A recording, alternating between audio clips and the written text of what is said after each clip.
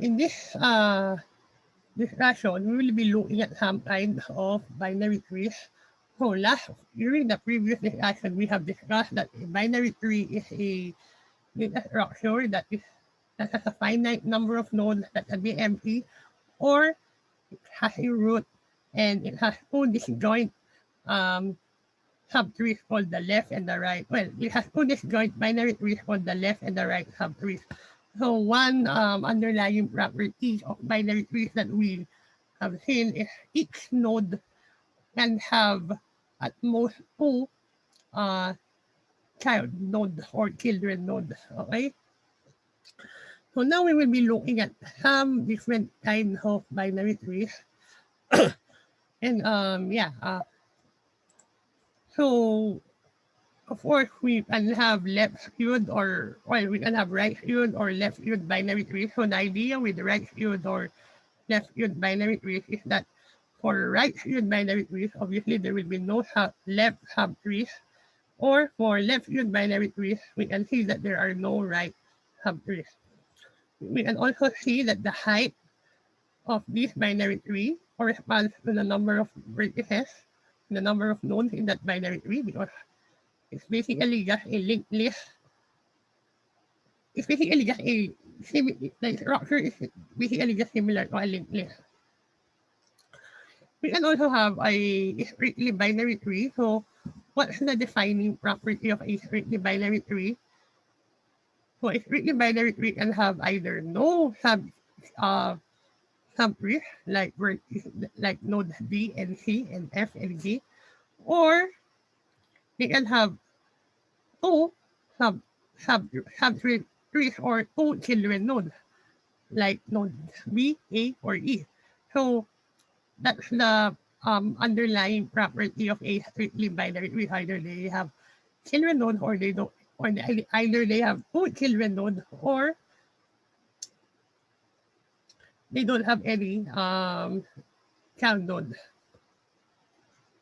One thing that I want you to look at and I want you to think about is the relationship between the number of nodes that has no child node versus the number of nodes that has two child nodes.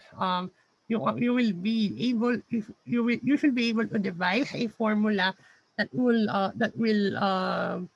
relate or that will give us those two values given a tree with a certain number of nodes n. Okay. So a full binary tree is, well, it's pretty obvious that it has a full set of nodes at every level. So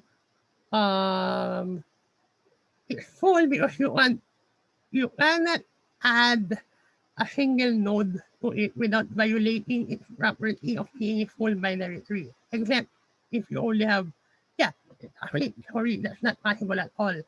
So you will notice that there are only a particular number of nodes that we can use to form a full binary tree. Obviously, if you only have one node, we can have a full binary tree of one node. If you have two nodes, you cannot construct a full binary tree.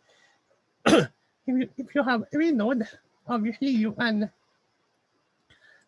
construct a full binary tree. If you have four nodes, you cannot construct a full binary tree. If you have 7 nodes, you can construct a full binary tree. If you have 8, 9, 10 nodes, you cannot construct a full binary tree. So I think at this stage, you should be able to deduce what are those numbers that you can use to construct a full binary tree. And I hope you can already deduce the formula for that. Another interesting thing here is if we will have a full binary tree, the height of the tree will be the log of the number of nodes for that tree. So a more lenient tree is complete binary tree.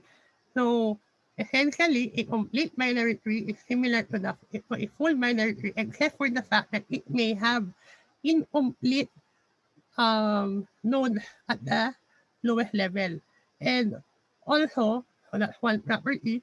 Another property is that we always fill up the nodes at the lowest level from the left. So if node L is a right hand of F, then this tree will no longer be a complete binary tree because we will have a blank space in the left hand position here of F. So before we can put a node here or a node here or here, we should first fill up the position at the left side of the complete binary tree.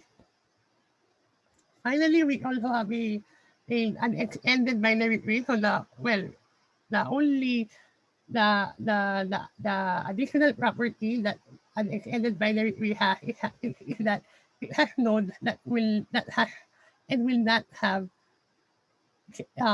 children node. Okay, so we cannot add node below this node. Okay, so these are all external nodes, and external nodes are nodes where we cannot add any more nodes. And the nodes inside the circular ones are the internal nodes. So these are the nodes that we can have a left and a right uh,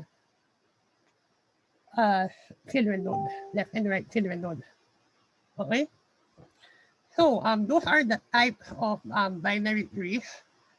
Well, those are examples of binary trees. For the next video, we will be looking deeply. We will look deeply at how we can visit, how we can traverse the node of a binary tree.